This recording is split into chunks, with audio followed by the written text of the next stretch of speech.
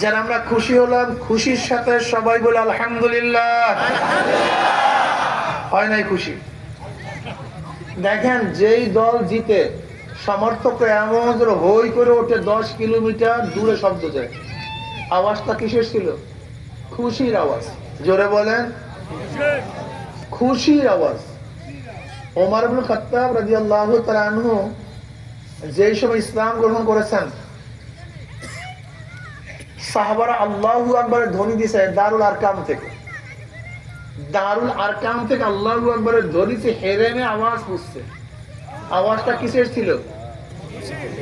জোরে বলেন, কিসের? খুশির আওয়াজ আসতে হয় না জোরে হয়? যারা খুশি হলাম আর একবার বলে আলহামদুলিল্লাহ। আর উঠবেন না ক্যামেরা নিয়ে, একবারে রাখেন। এই যে আলহামদুলিল্লাহ বলছেন, ফায়দাটা কি? জোরে বলার কারণে লাভটা কি? আপনার আওয়াজ যত দূরে গেছে, এর মধ্যে কাঁচা পাকা যত গাছপালা আপনার আওয়াজ শুনছে, জিকিরের আওয়াজ শুনছে, কিয়ামতের ময়দানে জাকিরিনের পক্ষে সাক্ষী দিয়ে দিবে। আল্লাহ আমি নিজে সাক্ষী। গাছগুলি বলবে আল্লাহ আমি নিজে সাক্ষী, তোমার এই মনটা জিকির করছে, আমি নিজে সাক্ষী। এই জমিন সাক্ষী দিবে, এই জমিন সাক্ষী দিবে আল্লাহ তোমার এই বন্দা বসিয়া বসিয়া বয়ান শুনছে, আমি নিজে সাক্ষী। তলোয়ার মুজাহিদের পক্ষে সাক্ষী দেবে আল্লাহ আমাকে নিয়ে যুদ্ধ করছে। ঢাল মুজাহিদের পক্ষে সাক্ষী দিবে, ঘোড়া মুজাহিদের পক্ষে সাক্ষী দিবে,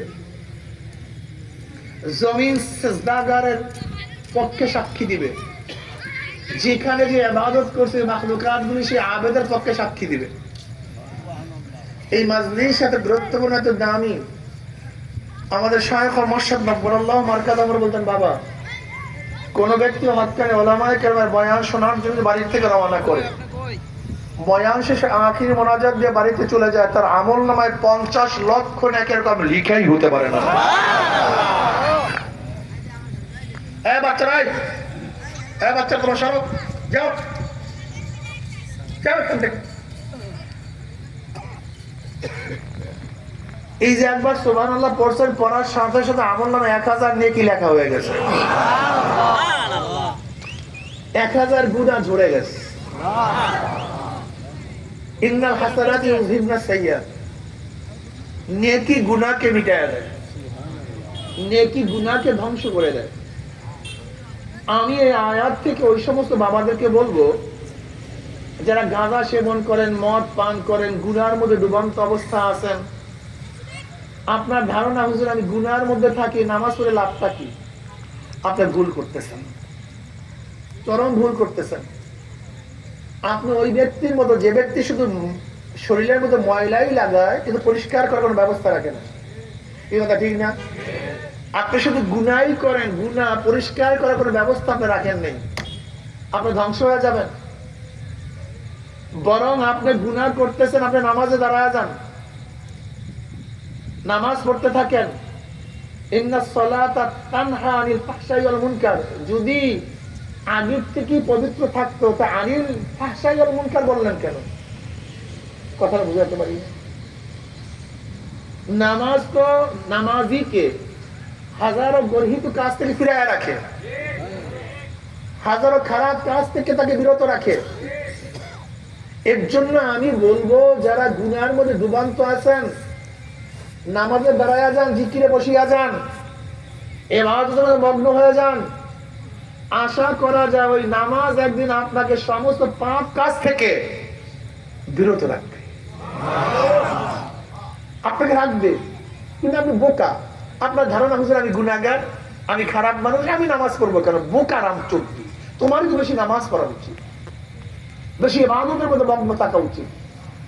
যার গায়ে বেশি ময়লা সেই তো বেশি বেশি সাফ করা উচিত। কি কথা ঠিক না? আল্লাহ পাক কি চান? বান্দাদেরকে পুত পবিত্র করে জান্নাতে নিতে চান। আল্লাহ তো প্রায় হলো তিনি রহমান, তিনি রহিম, তিনি গফফার। তিনি কি চান? সমস্ত মানুষ যেন জান্নাতে যায়। আপনি কি জানেন যে ব্যক্তি জীবনে একবার আল্লাহকে আল্লাহ বলিয়া ডাক মারছে, কয়বার? ঈমানের সাথে জীবনে একবার আল্লাহকে আল্লাহ বলিয়া ডাকছে, ওই ব্যক্তিকে আল্লাহ পাক একদিন না একদিন জান্নাতে নিয়ে যাবেন। আল্লাহ পাক চান না কেউ জাহান্নামে থাকুক, সবাই জান্নাতে চলে যান, এটা আল্লাহ পাক চান।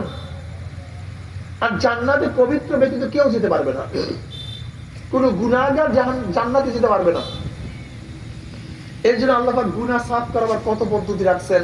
বুখারীর মধ্যে রওয়ায়াত আছে, নবী আলাইহিস সালাতু ওয়াস সালাম বললেন না সাল্লাল্লাহু আলাইহি ওয়াসাল্লাম, অটোমেটিক এই বয়ান আর করব না, যতবার নবী আলাইহিস সালাতু ওয়াস নাম শুনবেন বললেন না সাল্লাল্লাহু আলাইহি ওয়াসাল্লাম, অটো জবান থেকে বের হবে সাল্লাল্লাহু আলাইহি ওয়াসাল্লাম। মনে করার দরকার নেই, এটা মুমিনের সিফাত হওয়া উচিত, গুণ হওয়া উচিত, অটো বের হয়ে যাবে সাল্লাল্লাহু আলাইহি ওয়াসাল্লাম, ধারণা করতে হবে না, এমনি বের হয়ে যাবে।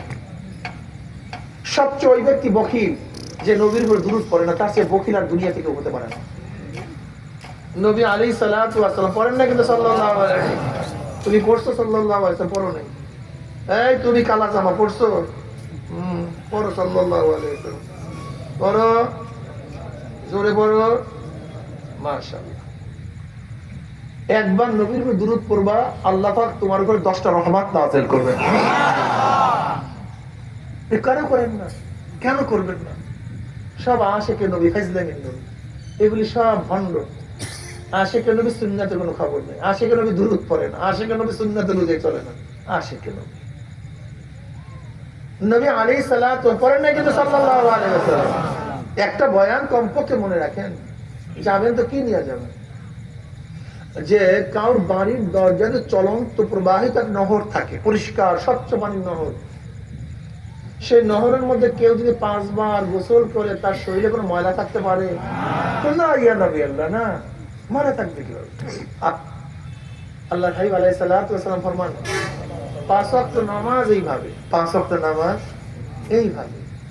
কেউ জোহরের নামাজ পড়ছে, আসরের আগে মাঝখানে কোনো গুনাহ হয়ে গেছে, আসরের নামাজ পড়ছে, মাঝখানে সব মাপ।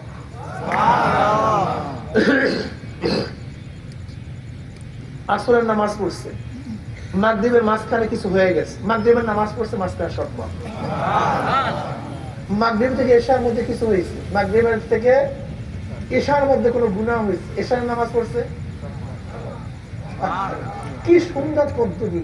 আমরা জাহেল, আমরা মূর্খ, আমরা জালেম।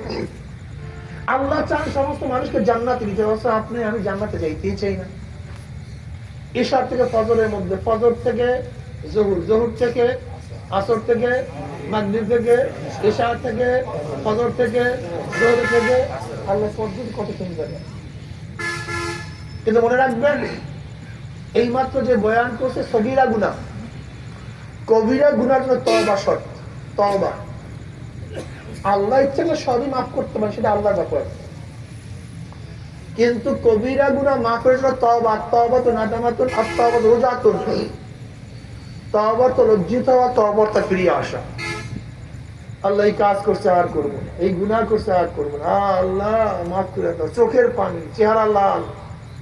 তোমার আমার বাবা আদম আলাইহিস সালাতু একটা ভুল করার কারণে 350 বছরের মধ্যে আকাশের দিকে চেহারা উঠান নেই, লজ্জা, এর নাম লজ্জা। আর আমরা সারাদিন হাজারো কবিরা গুনাহ করি, কিন্তু চোখের পানি নাই, অন্তরে কম্পন নাই, ভয় নাই, ঈমান নাই। আসলে ঈমান নাই, অধিকাংশ মানুষের মধ্যে ঈমান নেই, বিশ্বাস করেন না। আমি মনে করি সন্দেহযুক্ত ঈমান যদি থাকতো, তাহলে একটা মানুষ জীবন গেল নামাজ আদায় করতে পারে না। জীবন গেল, ধরে নেন রাজবাড়ী জেলার এসপি সাহেব রাত 3টার সময় আপনার বাড়ির দরজায় নক করছে। কে? আমি এসপি।